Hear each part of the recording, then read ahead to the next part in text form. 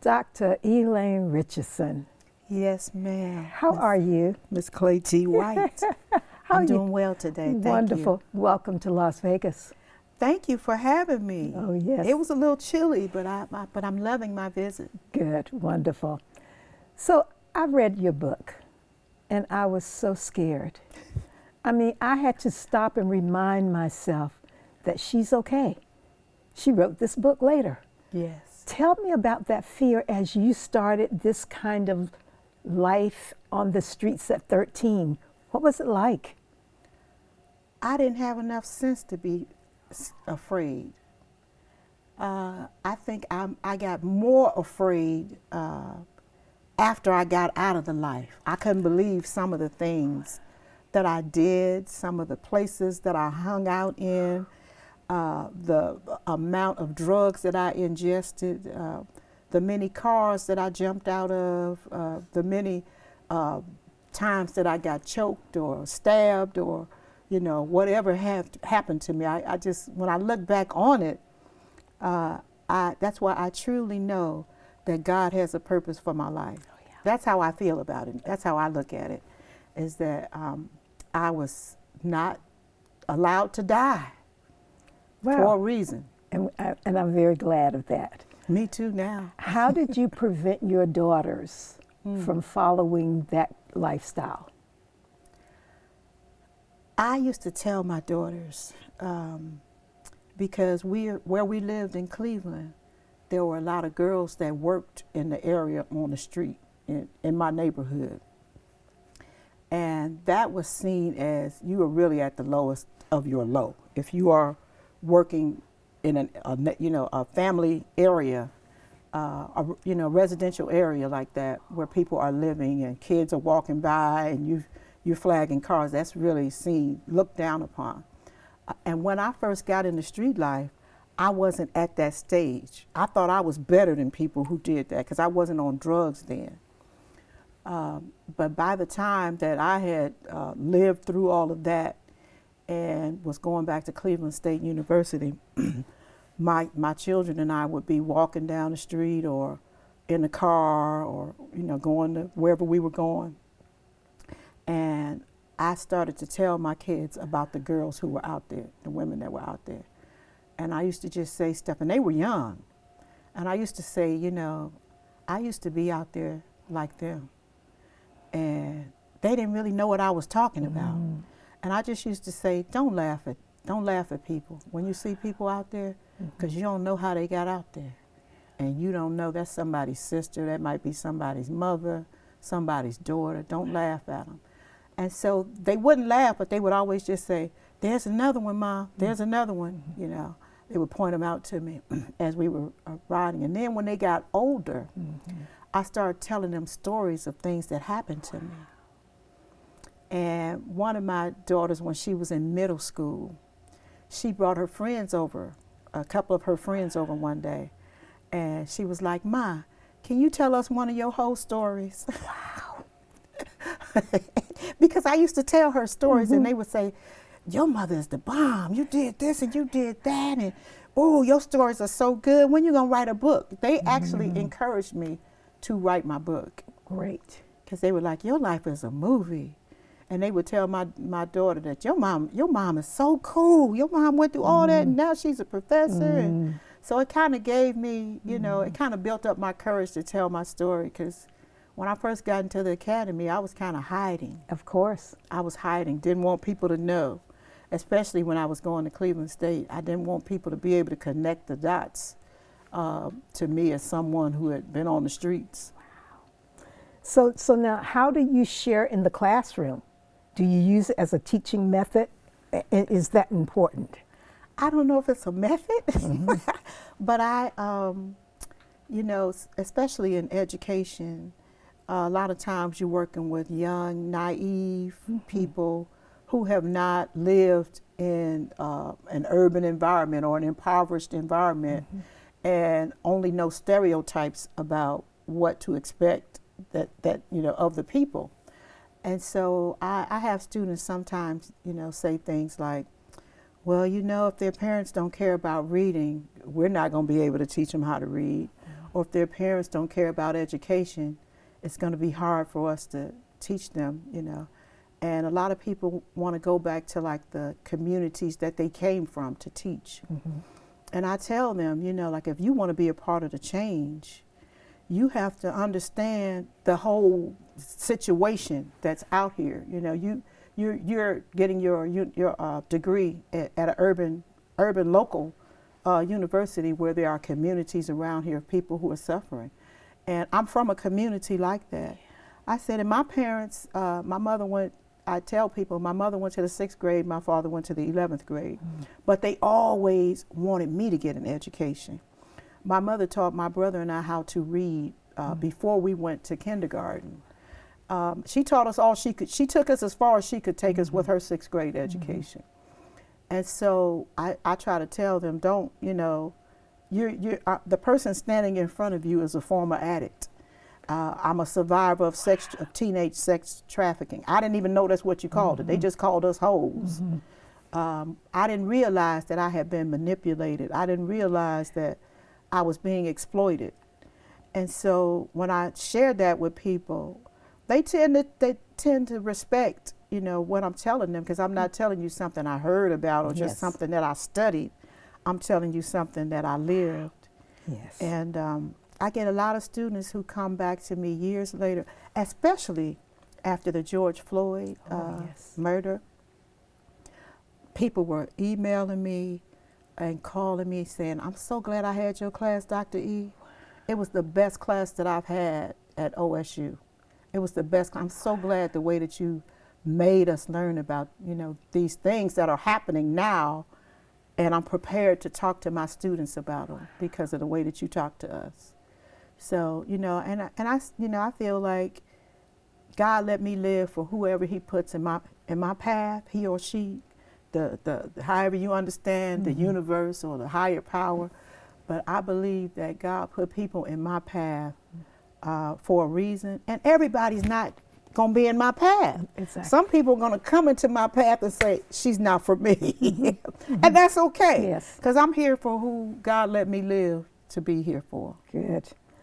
So talk about your teaching style and your methods that you use for elevating the Black voice in the classroom. How do you do it? I think by honoring my own, that's one of them. I have a diversity of students in my class. Of course, it's majority white, but I do have international students and 1 or 2 Black. Never have a whole lot of Black, but I do have international students as well as predominantly white students. But I always tell people, I know I sound like a Black woman, and that frees up the international students in my class or the Appalachian students in my class so that they know that it's okay, you know, we're not policing your pronunciation. We're not policing your accent. I want to know what you think. Wow. And just because someone speaks differently than you, there's nothing wrong with their mind. Yes. So I try to just be myself as much as I can. Of course, you know, sometimes I code switch and joke around with my students. Of course, I know how to talk exactly like, you know, people expect for me to talk. Because sometimes people don't even know I'm a professor. Yeah. So I have a lot of fun with language. Good. And just trying to break the ice on the boxes that we've been put into. Good. We've been, you know, ingesting discourses and narratives about who people are, and people are people when you get down to the root of the thing. Good. So, what advice are you going to share with the teachers here in Las Vegas about using their students' experiences in the classroom? Are you going to talk to them about that at all? I think that's the crux of my talk, is how I use students' experiences. And I think it's one of the things that's been being pushed for decades. Some people call it culturally relevant pedagogy, yes. Culturally responsive pedagogy, culturally sustaining pedagogy. pedagogy for social justice, pedagogy for liberatory society, all these different names that people have for it, is that when you're trying to teach people and you don't want to, number one, talk about the history of the situation. How did we get where we are? Why did I grow up in a predominantly black community with not one white face, with everybody poor, with our school systems, with our school operating with hardly the resources that it needed? So there are these issues that we have to face about our history and where we all are coming from. And I think if we don't teach people, to talk about and to read about and to study and use where we are coming from, no matter who we are, whether we're from China, whether we're white Americans, whether we're black Americans or brown Native Americans, we have to tell the truth about who we are and the experiences and the history that we bring with us. And most people don't understand that systemic racism. Thank you. Those experiences. Thank you. No, they just see it as they're lazy. Yes. Or all white people are racist, or whatever the stereotype is. Like a young man told me one time, he said, well, the white people had to take the Native Americans and put them away in these schools, because if they hadn't done that, they wouldn't have learned how to read, and then they wouldn't be able to have their own casinos. Oh, God. Now we are reading Gloria Ladson Billings, we're reading all this stuff about the educational debt and, about Native American educational backgrounds, Latinx educational backgrounds, white educational, black educational backgrounds, and how the so-called achievement gap, the racial achievement gap, which she flipped the script on and said, no, it's an educational debt, and that white students need to learn this information. We've been studying this, reading it, writing about it, but who he's been talking to and his experiences came out in that comment that he made. Yes. And he didn't realize that what he said was racist and uninformed. I didn't have to say a word. The students in the class, and they were majority white students in the class, they jumped down his throat and was telling him, don't you remember when we read this? And don't you see how, so they were teaching each other at that point, and I could just sit there and watch them teach each other, which was a beautiful moment in that class. Yes. And he was one of the ones who called me. He was one of the ones who called me after the George Floyd incident and was telling me like how much my class helped him. So, yeah.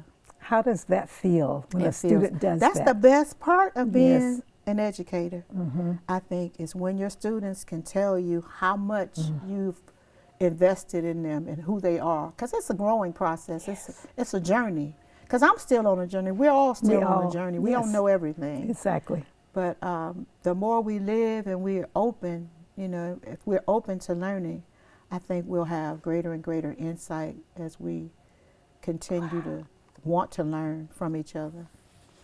So in your book, you talk about Dr. Asante. Yes. And you stated that we must look at ourselves from our own perspective to create our own knowledge. Elaborate on that statement and tell me more about Dr. Asante.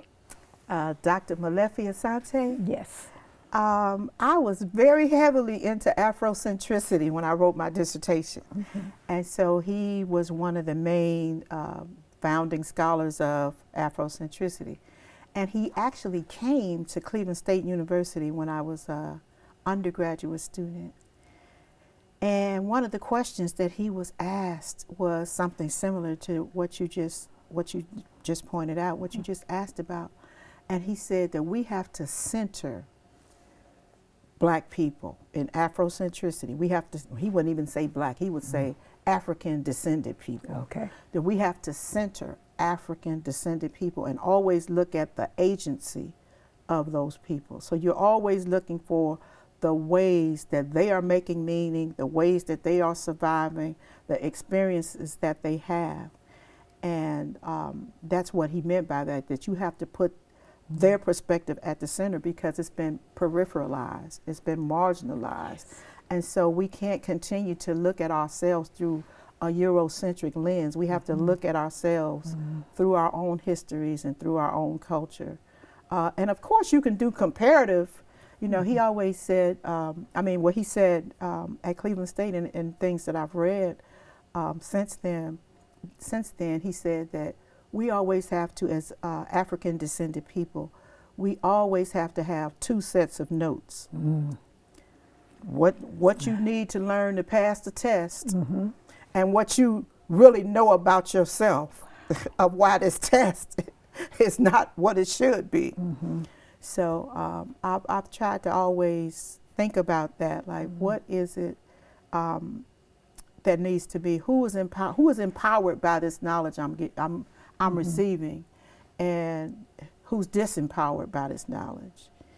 And if I'm looking to empower myself, I have to look at myself from my own perspective, my own historical, cultural, and even local perspective, and even the flaws that I have. Yes. I have to look at all of that. Oh, that's powerful. So what kind of writing are you doing right now? Anything new? Anything we should know about? Right now, I am writing a book called Reading the World with Black Girls. Wow. And it'll be a part of the presentation that I give while I'm here. So how much can you share? So you're already prepared. Share a little with us. Well, I had an after-school club for Black girls. It was based on Black women and girls' experiences. And I ran the after-school club for 5 years at a predominantly Black middle school, after school. And it's what I learned through working with those girls. That's why I say reading the world with Black girls. And although, you know, I had the best of intentions, I made a lot of mistakes. Okay. I made a lot of mistakes. So when I look back on those videos, because we videoed a lot of what went on in the club, when I look back on a lot of those videos, I see a lot of mistakes that I made that I could grow from. Ways that sometimes I shut the girls down and silenced them and didn't realize that I was shutting them down. So I think I'm a much better facilitator now of what we call Black girl literacy practices.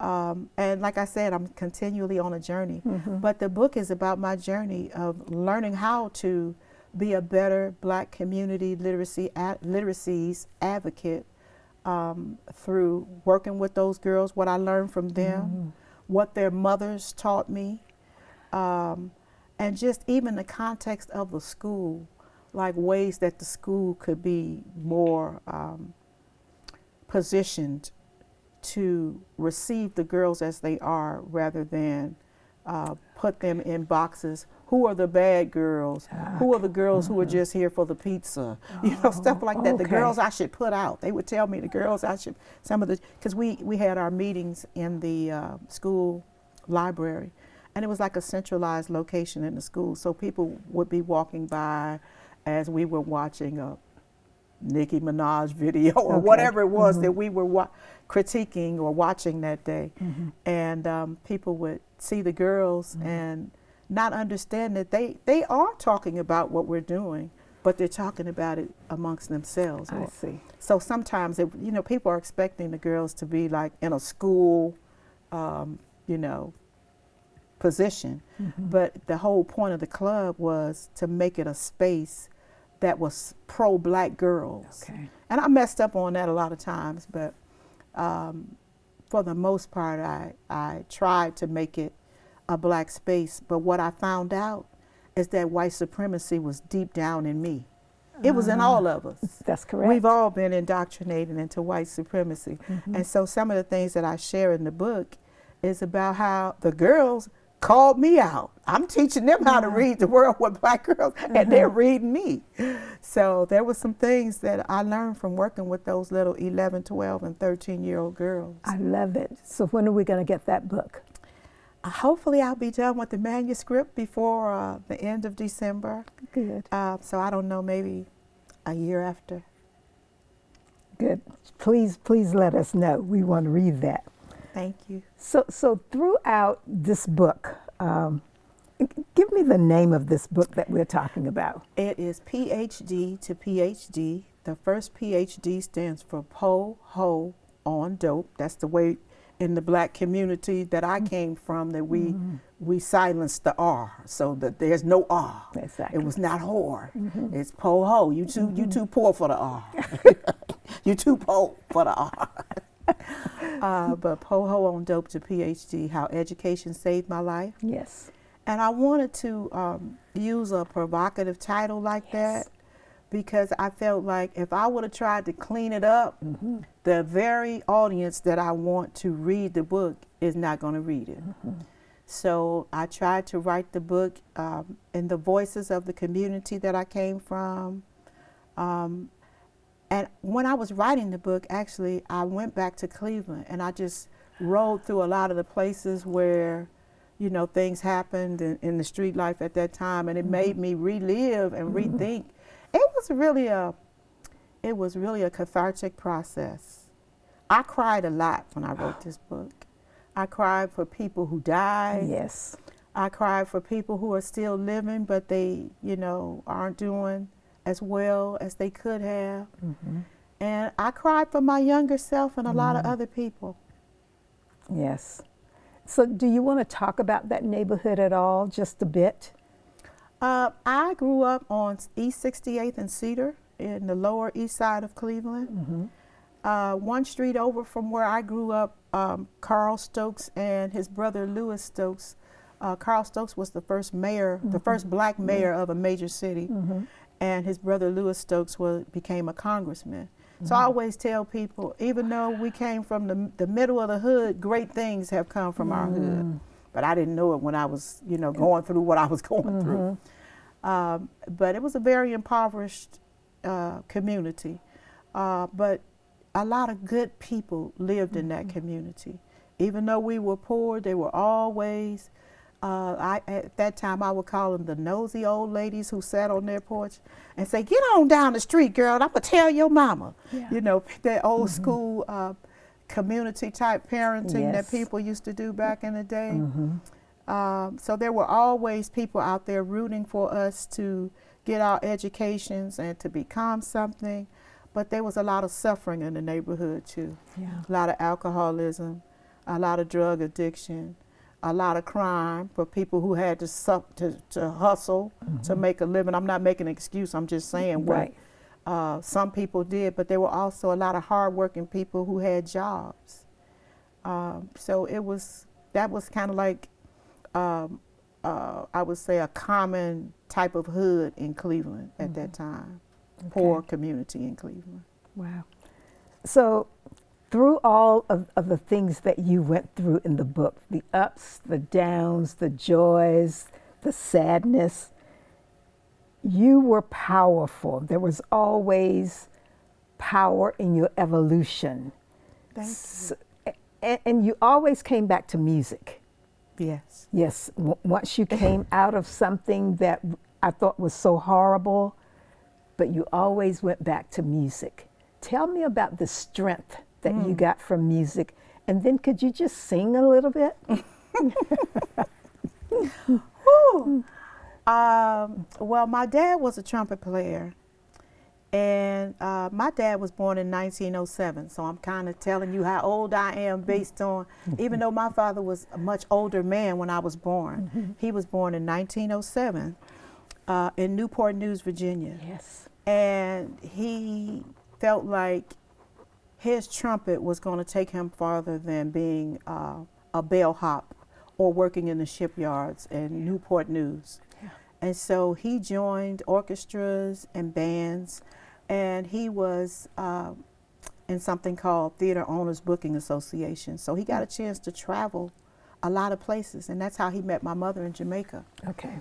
And but anyway, my dad was always listening to music, and my mother too. Our house was just a musical house. There was always Billy Eckstine, Sarah Vaughan, Nancy Wilson, Dionne Warwick, and calypso music and stuff, because my mother was Jamaican. So I always loved music, and I was always in the choir. I played the violin.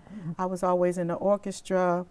I was in singing groups growing up, like I was talking about Miss Ross. Yes. Mrs. Ross, Miss Ross, she wasn't married. Miss Ross and her talent shows that everybody in Cleveland who wanted to be musically successful would be in her talent shows, and I learned so much from her.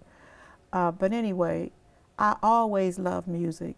And when I would be in jail, incarcerated, I would be singing in jail. And the sisters would ask me to sing. Wow. It was crazy. Wow. But yeah, music, I sang a lot because that was just who my dad and my mom knitted that music inside of me. And I think music is a healer. Oh, it is. It is. It is one of the healing forces of humanity. So which song healed? Oh, Lord. Let me try to sing just a little chorus of a song that I'm just now writing. So I just have the chorus of it. Okay, good. Because I'm doing a one-woman show called Underlying Conditions, Black Women, Girls, Corona, and the Pandemics. It's going to be a chapter in my book as well. But anyway, this song precedes a song that I wrote for a little girl named Kimora Lynham, and she died during the first part of the pandemic. She was the youngest person in Florida to die from COVID, 9 years old.